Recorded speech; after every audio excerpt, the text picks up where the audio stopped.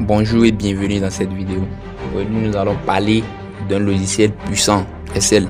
C'est un logiciel de traitement de données pour faire court. Son principal avantage réside dans le fait qu'il permet de créer facilement des feuilles de calcul totalement personnalisées et adaptées aux besoins spécifiques des entreprises et des particuliers.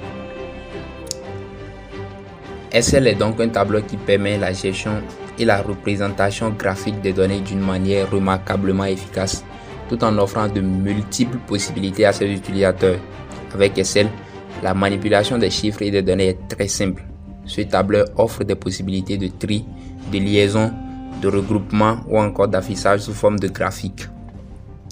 Les extraordinaires capacités de calcul d'Excel permettent de créer sur mesure des formules personnalisées offrant des possibilités infinies pour la gestion complexe de données.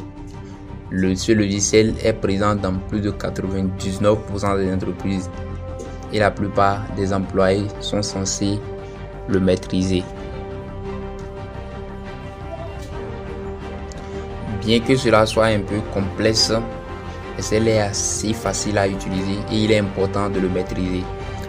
Dans certaines offres d'emploi, l'utilisation parfaite des logiciels tels que Excel peut être un atout pour avoir le meilleur profit. Comme vous pouvez donc le voir, Excel permet de faire plusieurs choses. Nous allons particulièrement nous intéresser à la conception des graphiques sous Excel. Avant de rentrer dans le vif du sujet, j'aimerais vous rappeler quelques brèves notions afin de pouvoir rendre la suite beaucoup plus compréhensible. Les petits rectangles que vous voyez dans le tableur sont appelés des cellules et une cellule est identifiée par la lettre de sa colonne et le numéro de sa ligne. Par exemple, lorsque nous cliquons sur une cellule, les références de cette dernière apparaissent immédiatement au niveau de la zone de nom. Au bas de notre tableur, nous avons la possibilité d'en ajouter d'autres ou de nouvelles feuilles en cliquant ici. Nous allons donc utiliser aujourd'hui ce logiciel pour réaliser des graphiques professionnels qui se mettront à jour directement lorsque vous changez vos données. Dans cette vidéo, je vous donne tous les outils pour créer un graphique et le présenter de manière claire. La première étape pour créer un graphique est d'avoir les données que vous souhaitez représenter graphiquement. Chaque ligne sera appelée une série de données. Pour commencer, je vais donc vous inviter à créer vos propres données. Dans le cas d'espèce, je préfère créer des données simples pour rendre beaucoup plus digeste cette vidéo.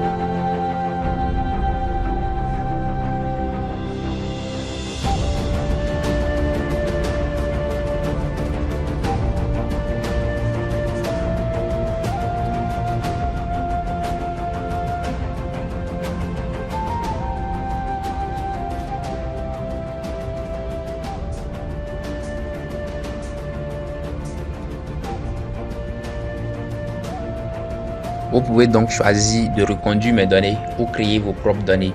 L'important ici est de maîtriser les techniques pour pouvoir faire les graphiques. Une fois les données formatées proprement, il est très facile de les représenter sous forme de graphique. Il suffit de sélectionner l'ensemble des données.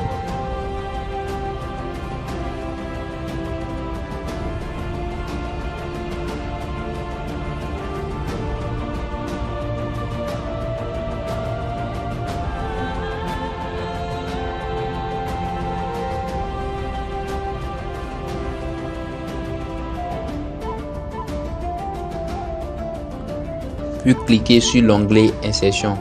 Au niveau du groupe graphique, nous avons une panoplie de propositions de graphiques.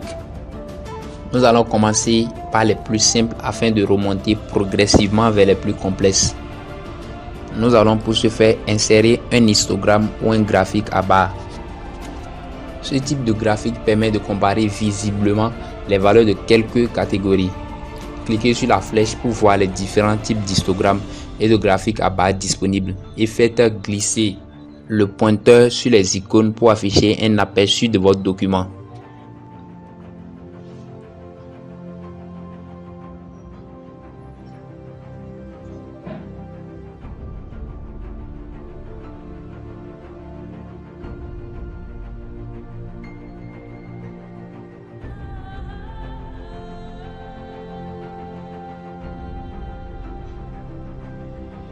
Vous voyez qu'Excel met déjà en forme le graphique en utilisant les libellés des points de données date et les affiche sous l'axe des abscisses horizontales, reconnaît les deux séries en leur donnant des couleurs différentes et affiche leur nom en tant que légende sur la droite. Pas mal pour un graphique automatique. Retenez aussi qu'il est possible de modifier par la suite des données utilisées dans votre graphique. C'est notamment très pratique car une fois que vous avez un beau graphe bien présenté selon vos standards ou selon la charte graphique de votre société,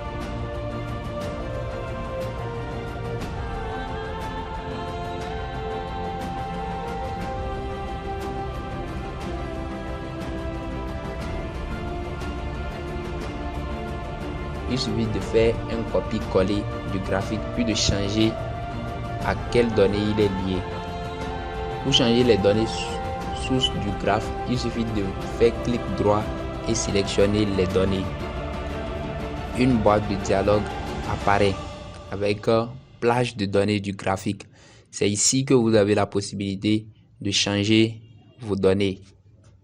Votre graphique prend immédiatement une allure différente de la précédente. Et ceci s'explique par les nouvelles données enregistrées. Retenez également qu'il est possible de combiner plusieurs graphiques de types différents. Nous allons pour une parfaite illustration représenter les vendeurs sous forme de lignes et le chiffre d'affaires sous forme de colonnes. Il suffit de faire un clic droit sur la série représentée en colonne que l'on souhaite changer en courbe et de sélectionner modifier le type de graphique, série de données. Au niveau du nombre de vendeurs, cliquez sur le menu déroulant et choisissez courbe avec marque. On constate donc que le nombre de vendeurs qui était au préalable représenté par un histogramme est représenté par une courbe. La particularité avec les marques sur une courbe est qu'elles nous permettent de voir le nombre de chaque série en approchant le curseur à ces points. On peut aussi ajouter une courbe de tendance ou une régression linéaire à une courbe. Donc, une fonction intégrée au graphique Excel est la fonction de courbe de tendance qui permet d'approximer la relation entre deux paramètres et d'afficher la courbe théorique sur votre graphique. Revenons à nos histoires de chiffre d'affaires et de vendeurs. Pour ajouter une courbe de tendance, nous allons cliquer sur ajouter un élément graphique.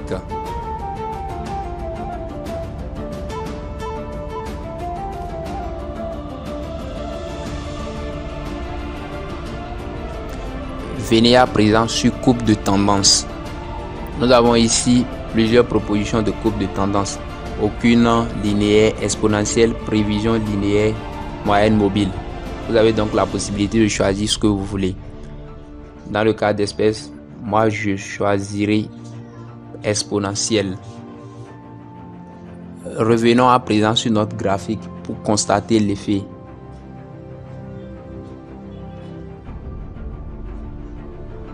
Nous allons maintenant afficher l'équation de notre courbe de tendance sur notre graphique. Pour ce faire, défilez la barre du format de courbe de tendance et cliquez sur afficher l'équation sur le graphique. On constate donc l'apparition de notre équation de la courbe de tendance sur notre graphique.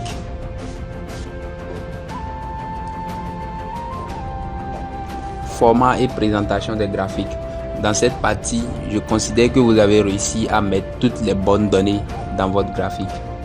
Vous essayez donc de le rendre le plus sexy possible avant de le montrer à votre boss. C'est la phase la plus importante.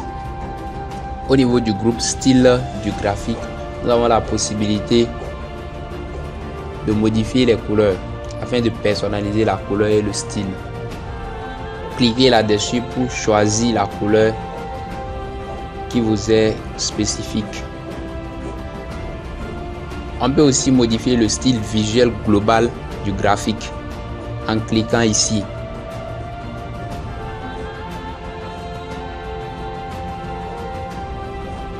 On peut aussi changer l'emplacement de notre graphique, c'est-à-dire déplacer ce graphique vers une autre feuille ou un autre onglet du classeur.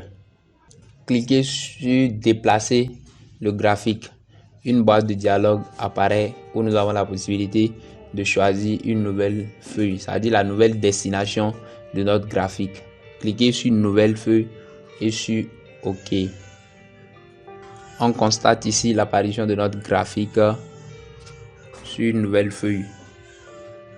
C'est vrai que ce n'est pas l'astuce la plus spectaculaire, mais je précise quand même que vous pouvez changer la taille et la position d'un graphique comme bon vous semble. Pour changer la taille, il vous suffit de mettre votre souris sur le bord du graphique ou sur un coin. Vous pourrez alors augmenter ou diminuer la taille du graphique avec un glisser-déposer.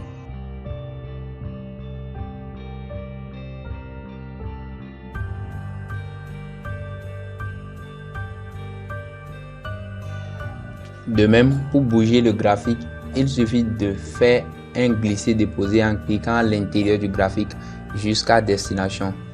Je précise que cette astuce nous permet de déplacer notre graphique au sein de la même feuille. Pour une bonne lisibilité de votre graphique, vous pouvez choisir de rajouter des étiquettes sur le graphique au-dessus des points de données qui afficheront la valeur exacte du point. Pour cela, faites un clic droit sur la série et sélectionnez Ajouter des étiquettes de données. Pour ajouter des étiquettes sur toute la courbe, faites attention à bien sélectionner toute la courbe. Assurez-vous que tous les points sont sélectionnés comme ci-dessous. Vous pouvez aussi supprimer toutes ces étiquettes très facilement en les sélectionnant puis en appuyant sur la touche supprimer du clavier. Pour changer tout ce qui touche à la couleur, la taille et l'épaisseur de votre courbe, sélectionnez la série et faites un clic droit. Vous avez ici donc cette possibilité de remplir votre courbe avec une couleur unique.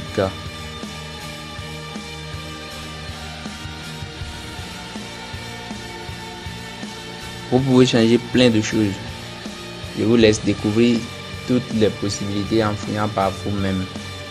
Dans les sous-menus, il est tout à fait possible d'ajouter des éléments extérieurs sur un graphique, par exemple des flèches, afin de le rendre beaucoup plus joli. Et ceci, nous allons ici ajouter une flèche sur un maximum et un minimum au niveau des lignes de tendance. Faites donc comme moi.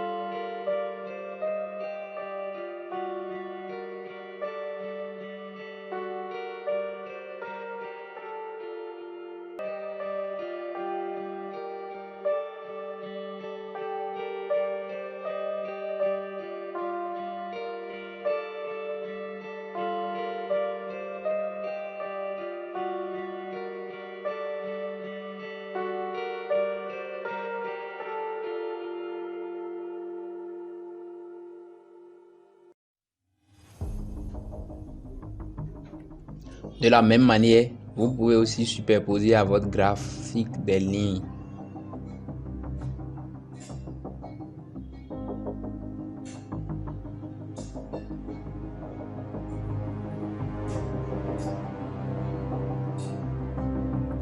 Ce type de forme superposée à un graphique est idéal pour bien faire passer votre message. C'est ce qui distingue un graphique de base d'un véritable graphique travaillé dans une présentation. Nous allons passer en revue quelques éléments importants pour personnaliser vos graphiques. Pour ce faire, cliquez sur votre graphique ou simplement choisissez votre graphique. Il apparaît ces 3 éléments. Le premier nous permet d'ajouter, supprimer ou modifier les éléments de graphique tels que le titre, la légende, le quadrillage et les étiquettes de données. Cliquez là-dessus.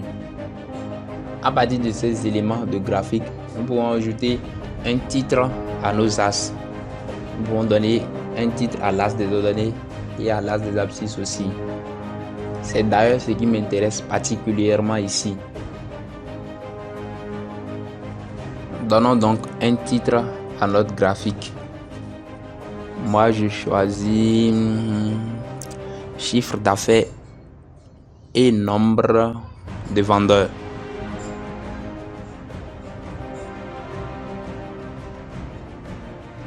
Sur l'as des abscisses, nous allons mettre année.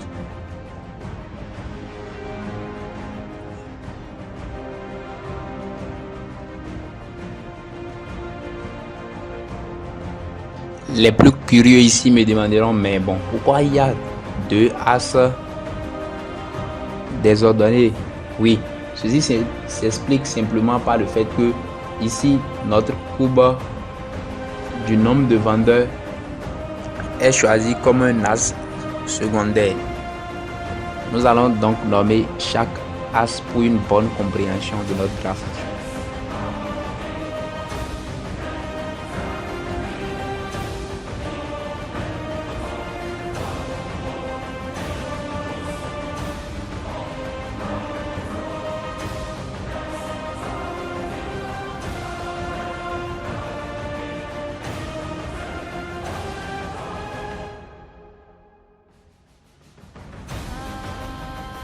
Le deuxième élément, qui est le style du graphique, permet de définir un style et un modèle de couleur pour votre graphique. Je crois qu'on en a déjà parlé. Enfin, le dernier, qui est filtre du graphique, nous permet de sélectionner les points de données et les noms qui sont affichés sur notre graphique.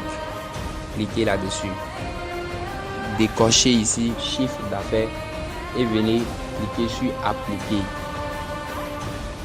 On constate donc que l'histogramme de notre chiffre d'affaires a disparu de notre graphique. Donc, en résumé, c'est ce que permet de faire cet élément. Nous allons maintenant passer à un tout autre niveau avec les graphiques de camembert ou simplement les graphiques par secteur. Comme vu préalablement, la création d'un graphique nécessite une création de données. Pour ce faire, nous allons donc créer des données. Sélectionnez les données et faites comme moi.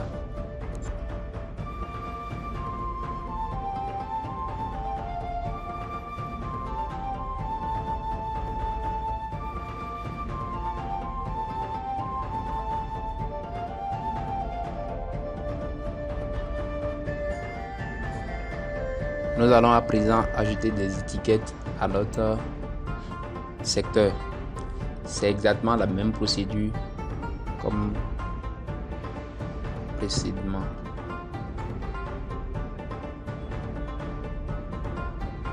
Ce type de graphique permet d'afficher les proportions d'un tout où un total est égal à 100. Vous pouvez décider d'ajouter à votre graphique par secteur les mêmes éléments et les mêmes fonctionnalités que dans le graphique précédent. Je ne vais pas terminer cette vidéo sans parler des graphiques radar qui, à mon sens, sont les plus intéressants. Les graphiques radar, aussi appelés graphiques en étoile ou en toile d'araignée. Il est surtout utilisé pour faire des comparaisons selon plusieurs critères. Par exemple, faut-il développer un outil en interne ou sous-traiter dans une entreprise? Nous allons créer pour ce faire des données afin que l'explication soit explicite.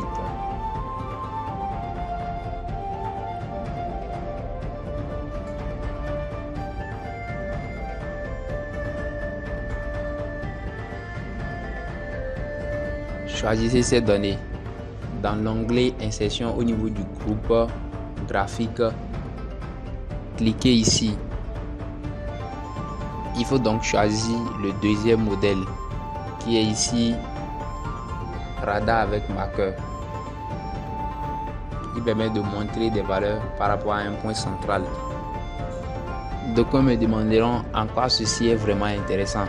Oui, au vu du radar, c'est tout un bazar, mais l'interprétation qui sort est vraiment intéressante au point où la plupart des entreprises utilisent les graphiques de type radar pour pouvoir prendre une décision optimale.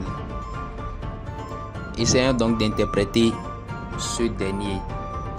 Pour toute entreprise rationnelle qui produit des biens et services à but lucratif, le principe premier est la maximisation du profit et la minimisation des coûts. La rapidité d'exécution des tâches aussi est vénérée. Donc pour cela, on constate ici que ce projet peut être traité à l'interne à moindre coût avec une grande rapidité que s'il était confié à une structure externe. Mais si on tient ici compte de la qualité et de la fiabilité du projet, il serait opportun, sinon préjudiciable pour l'entreprise, de pouvoir confier ce projet à une structure externe. Vous pouvez également appliquer les mêmes paramètres comme dans les graphiques précédents. Pour ce faire, nous allons changer la couleur de la légende en interne.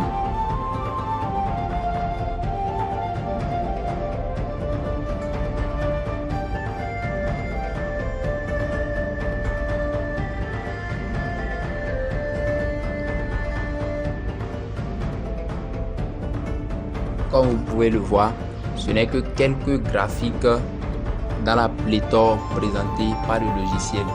Nous avons les courbes, les secteurs, les barres, les graphiques air, les points de nuage, boursier, surface, le compartimentage, les rayons de soleil, la boîte à moutarde, cascade et aussi les graphiques combinés. Ce logiciel permet de faire plusieurs choses. Ce n'est que la présentation de quelques exemples de graphiques ici. Nous avons aussi cette possibilité de faire des tableaux croisés, la mise en forme conditionnelle, des opérations de somme, de soustraction, de produits. Il permet également de faire les mathématiques, autrement la trigonométrie. Il permet également de baliser le terrain pour la programmation avec le langage VBA. Donc, il y a un tas de choses que ce logiciel permet de faire. J'espère qu'après tout ça, vous êtes des pros du graphique sur Excel maintenant.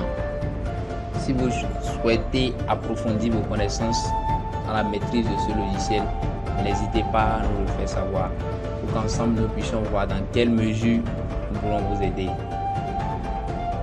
C'est la fin de cette vidéo. Merci de m'avoir suivi et à bientôt. Ciao, ciao.